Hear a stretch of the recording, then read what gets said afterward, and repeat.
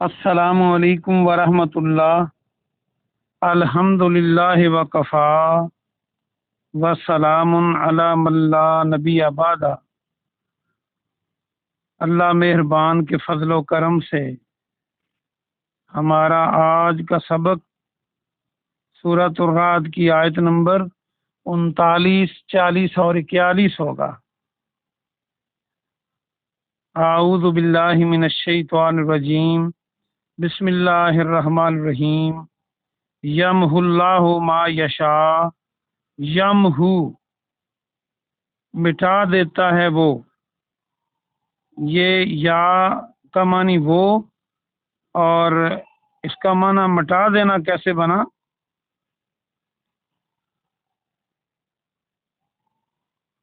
اس کا معنی محو ایک لفظ ہوتا ہے اردو کا، محو مٹانے کو کہتے ہیں۔ جب کوئی بہت محو ہو جاتا ہے کسی کام میں تو باقی ہر طرف سے وہ مٹ جاتا ہے، یعنی ادھر ہی اس کی توجہ ہوتی ہے، محو ہونا۔ تو یہ واو الف جمع کی علامت نہیں ہے جو آخر پہ ہے، یہ بلکہ جو واو ہے یہ اصل لفظ کا حصہ ہے، اس لیے اس کا ہم نے جمع کا نہیں معنی کیا۔ تو یمحو وہ مٹا دیتا ہے،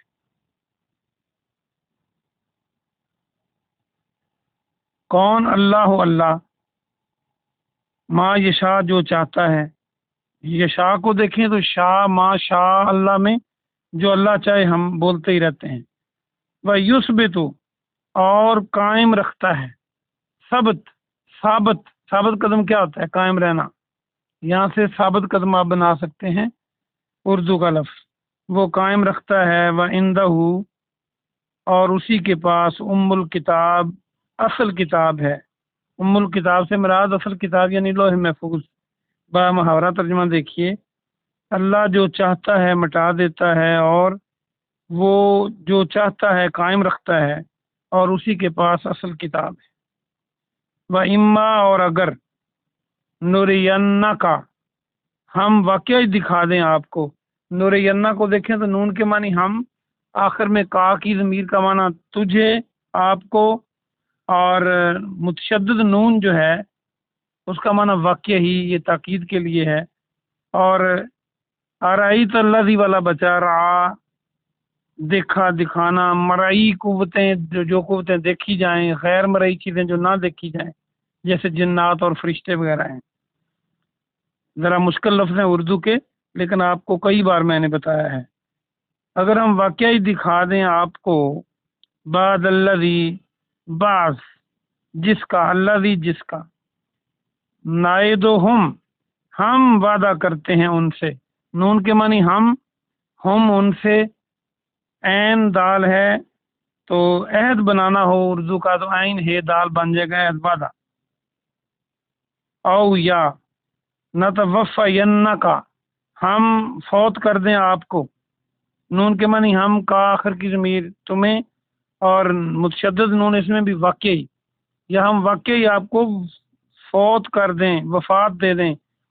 یہ وفا جو ہے، یہ وفا سے وفات بنا سکتے ہیں اردو کا لفظ، اور وفا بھی اسی سے بنتا ہے، جو وفا کا معنی پورا کرنا ہوتا ہے، اور موت بھی پوری ہی آتی ہے، آدھا بندہ کبھی نہیں مرتا۔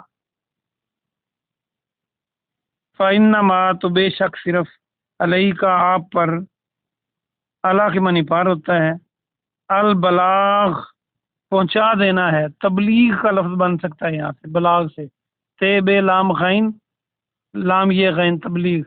اور بالغ بھی یہیں سے بنے گا اردو کا لفظ۔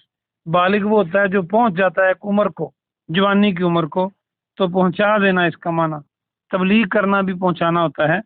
وعلینا اور ہم پر، الحساب حساب لینا ہے۔ با محاورہ ترجمہ دیکھیں، اور اگر واقعی ہم آپ کو وہ دکھا دیں جس کا ہم ان سے وعدہ کرتے ہیں، یعنی عذاب، یا ہم آپ کو واقعی فوت کر دیں، تو بے شک آپ کا کام پہنچا دینا ہے، آپ پر پہنچا دینا ہے، اور ہم پر ان کا حساب لینا ہے۔ آخری آیت آج کے سبق کی، اولم یرو کیا، وا اور لم نہیں، یرو وہی ارایت الذی والا، دیکھا، کیا ان سب نے نہیں دیکھا؟ یہ آخر میں واو الف جمع کی علامت ہے۔ انا کہ بے شک، نہ آتی ہم چلے آتے ہیں، الارض زمین کی طرف، ہم زمین کی طرف چلے آتے ہیں، نن کو سہا ہم کم کر رہے ہیں اسے، نون کا معنی ہم، اگلا جو نون کاف سواد ہے نقص، اس کا روٹ ورڈ ہے، نقص کیا ہوتا ہے؟ کمی، کسی میں کوئی نقص ہو تو وہ کمی ہوتی ہے نا۔ من اطرافہا اس کے کناروں سے، اس کی اطراف سے، طرف کی جمع اطراف، واللہ یحکم اور اللہ کا، اللہ حکم کرتا ہے، یحکم وہ حکم کرتا ہے، لا موقبہ نہیں کوئی ٹالنے والا۔ موقب کو دیکھیں تو عین کاف با ہے، عقب، عقب کیا ہوتا ہے؟ پیچھا، کہتے نہیں عقب پیچھے، تو پیچھے کیا ہوتا ہے؟ جو موجود نہ ہو، ٹلنے والا، ٹالنے والا، تو کوئی ٹالنے والا نہیں، لے حکم ہی اس کے حکم کو، واہ ہوا اور وہ، سریع الحساب جلد حساب لینے والا ہے، سری سرت سین رے عین تے تیزی، حساب کا معنی حساب، با محاورہ ترجمہ دیکھیے، کیا ان سب نے نہیں دیکھا کہ بے شک ہم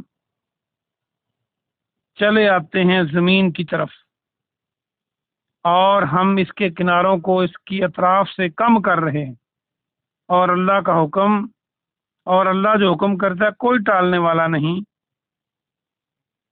اور وہ جلد حساب لینے والا ہے۔ سبق ختم ہوا، آئیے ہم اس کی مختصر تفسیر دیکھتے ہیں۔ اللہ سبحانہ و تعالیٰ نے آج کے سبق میں کیا ارشاد فرمایا ہے، دیکھیے، طالب علم بن کے سنیے کہ اللہ کا حکم ہے۔ اللہ فرماتا ہے، اب بات ہو رہی تھی اس کو سمجھنے کے لیے کل والے سبق کو بھی ساتھ رکھیں، کہ اللہ نے اپنی کتاب میں ایک مقرر وقت لکھ رکھا ہے ہر چیز کا۔ پچھلی آیت یہ تھی، آگے ہے کہ اللہ چاہتا ہے جسے اسے مٹا دیتا ہے، اور جسے چاہتا ہے باقی رکھتا ہے، اسی کے پاس ام الکتاب ہے۔ اس کا ایک معنی تو یہ ہے کہ کافر یہ کہا کرتے تھے کہ آپ کہتے ہیں کہ قرآن بھی آسمانی کتاب ہے اور پہلی بھی آسمانی کتابیں ہیں، تو ان میں تبدیلی ہو چکی ہے، اس لیے یہ نیا قرآن آیا ہے۔ تو وہ کہتے تھے جب وہ اللہ کی کتابیں تھیں تو تبدیلی کیسے ہوگی؟ اور دوسرا وہ کہتے تھے کہ آپ کہتے ہیں یہ قرآن تصدیق کرتا ہے پہلی کتابوں کی، تو کئی احکامات ان میں اور ہیں اور قرآن میں اور ہیں۔ تو اس کے جواب میں اللہ نے فرمایا کہ اللہ جو حکم چاہتا ہے مٹا دیتا ہے، اور جو چاہتا ہے وہ باقی رکھتا ہے۔ کتابیں ساری آسمانی ہیں، پہلی امتوں کے کچھ احکامات اور تھے، نئی امت کے، آنے والی امت کے زمانے کے لحاظ سے اللہ احکامات بدلتا رہا۔ اس کا ایک جواب تو یہ ہے۔ دوسرا اس کا معنی یہ ہے کہ اللہ قسمت کو بھی بدلتا ہے، یعنی حدیث میں آتا ہے نا کہ کوئی چیز قسمت کو نہیں بدلتی مگر دعا۔ اس کا مطلب دعا قسمت کو بدل دیتی ہے جب اللہ چاہتا ہے، جو اللہ نے قسمت میں لکھ رکھا ہے، جب آپ دعا کریں تو اللہ اس کو اچھا کر دیتا ہے، برا لکھا ہوا ہے۔